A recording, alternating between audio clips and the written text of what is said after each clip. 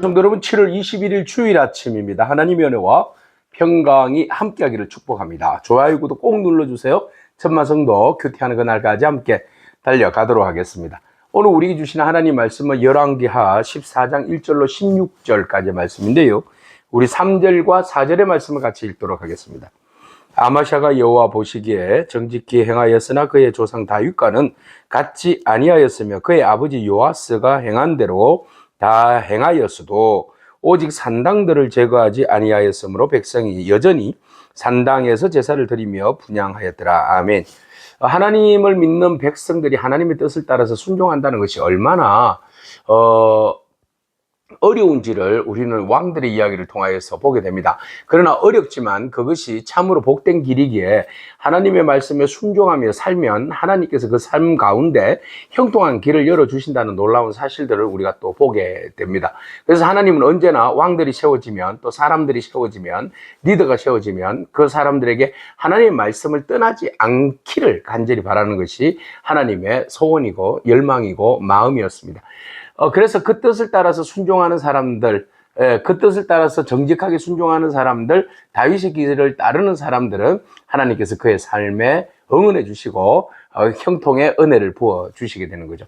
자, 오늘 남유다의 왕들 중에 요아스의 아들 아마샤의 이야기를 우리에게 들려주고 있습니다.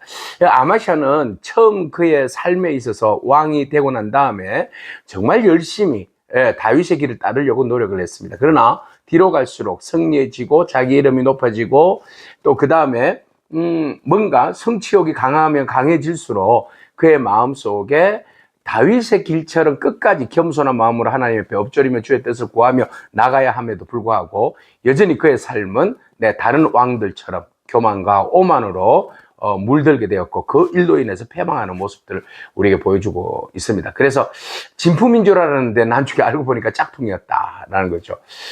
짝퉁도 보면 굉장히 진품 같지 않습니까? 구분이 잘 안 돼요. 그런데 마지막에 결정적으로 짝퉁인 것이 드러나게 됐습니다. 자, 오늘 우리의 삶이 명품의 삶인지 짝퉁의 삶인지 아마샤를 통해서 한번 살펴보도록 하겠습니다. 자, 아마샤는요, 그가 왕이 되었을 때에 25세입니다. 그리고 난 다음에 29년 동안 통치를 하게 되었는데요, 3절에 보니까 그에 대한 평가를 하고 있는데, 어떻게 보면 긍정적인 평가인 것 같고 어떻게 보면 좀 부정적인 평가인 것 같은데, 그리고 긍정과 부정의 평가가 같이 있다는 것은 곧 우리의 솔직한 모습이죠. 자, 완전할 수는 없는 거 아니겠습니까? 그래서 그의 삶이 여호와 보시기에 정직하게 행하였고 또 다윗과는 같지는 아니하였다. 정직하게 행하였는데 다윗과는 같지 않았다. 그러나 또 아버지가 행한 대로 다 행하였다. 그런데 또 한마디로는 오직 산당을 제거하지 아니하여서 백성들이 산당의 제사를 지내게 했다, 이렇게 표현하고 있어요.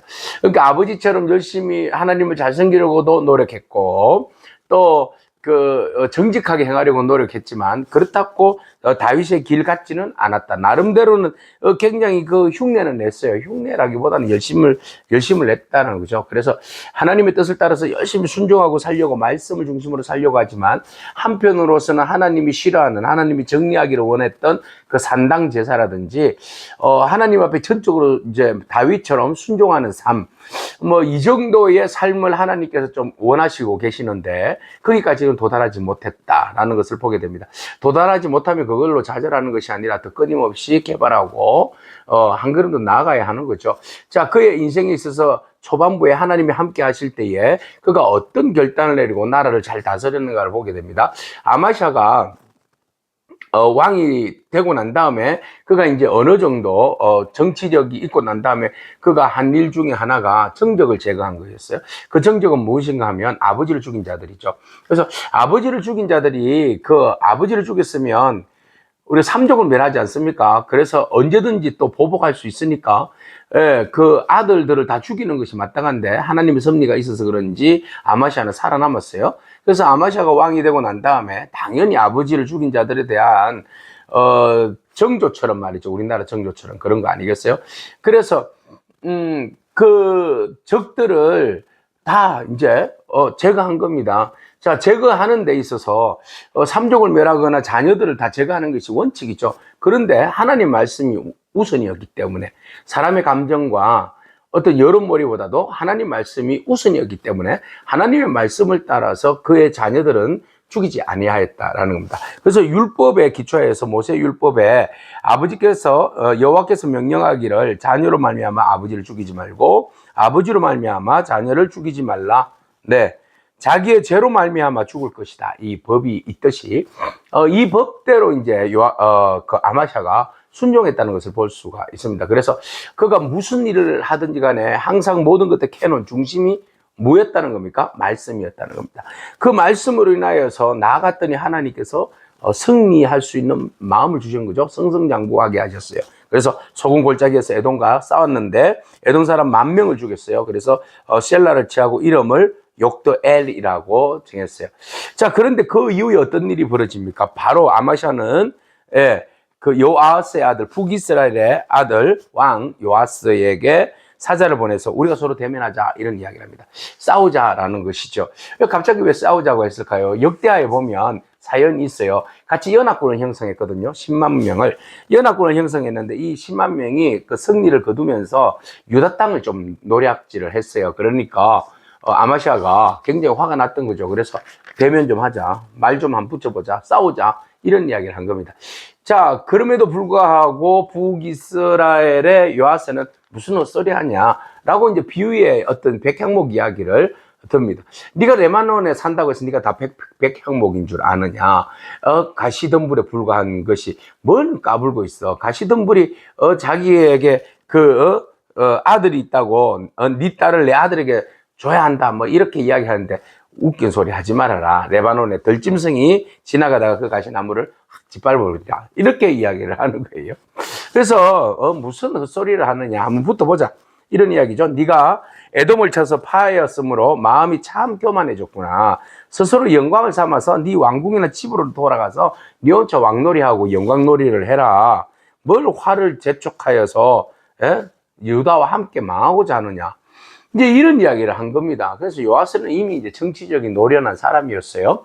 자, 이런 데다가 아마샤가 이제 뭐 좀 해봤다고, 막 승리 좀 거두고, 막 그랬다고, 승승장구 했다고, 이제 기분이 좋아가지고, 북이스라엘과 단판 붙자, 막 이렇게 이야기를 하는 거죠.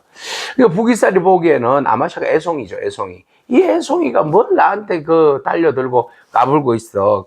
자꾸 까불지 말아라 이랬어요. 아니, 그러지 말고 우리 한번 맞짱 뜨자, 싸우자. 이렇게 이야기한 거죠. 아마샤가 듣지 않고, 이스라엘 왕 요아스와 함께 붙자고 어디에서 베스메스에서 대면하자 이런 이야기를 합니다. 그곳에서 대면했는데요. 참 잘 대면했어요. 완전 망해버렸습니다. 그리고 아마샤는 포로로 잡히게 됩니다. 이스라엘 앞에서 대파했습니다. 모두가 다 장막으로 도망갔습니다. 요아스는 베스메스에서 아마샤를 사로잡았어요. 그러고 난 다음에 예루살렘으로 진격해서 예루살렘에 있는 모든 성벽 중에 에브라임에서부터 성 모퉁이까지 400규빗인데요. 그것을 그냥 다 파헤치고 무너뜨리고 성전에 들어가서 왕궁에 들어가서 금과 은, 보물들 다 기명대로 다 탈취해버리고요. 사람들은 볼모로 잡아서 사마리아로 끌고 갔어요. 자, 교만의 끝자락은 이렇게 변하는 거예요. 결국은 아마샤가 무너지게 된 거죠. 자, 끝은 이렇게 표현했네요. 요아스가 먼저 죽었어요. 요아스의 남은 사적은 그의 업적 또한 유다의 왕 아마샤와 싸운 일은 이스라엘 역대지락에 기록이 되어 있다. 요아스가 그의 조상들과 함께 잠을 잤다. 사마리아에서 장사를 지냈다. 그의 아들 여로보암이 왕이 되었다. 자, 아마샤가 끝이 났다 이렇게 나와야 되는데 요아스의 이야기로 정리를 했어요. 요아스의 이야기를 정리했지만 그 사이에서 무슨 일이 벌어진 겁니까? 네. 교만하고 오만할 때에 하나님께서 요아스를 통하여서 아마샤를 쳤다라는 것을 우리에게 교훈 삼아 말해주고 있어요. 그래서 겸손한 자만이 하나님의 형통을 누릴 수 있어요, 여러분. 우리가 오만하고 교만하면 하나님께서 꼭 그 오만한 자를 꺾으십니다. 그러나 겸손한 자는 주님과 함께 동행함으로 하는 일들 가운데 형통함을 누리게 되는 것이죠. 오늘 우리가 아마샤의 초기 상황은 참 다윗과 많이 닮았다라는 것을 우리가 느낄 수 있었어요. 다윗과 많이 닮아서 법대로 하나님 말씀대로 뭐든지 순종하고자 했던 그런 초기의 모습이 아마샤의 마지막 끝모습까지 그렇게 나아갔더라면 얼마나 좋았을까 그랬어요.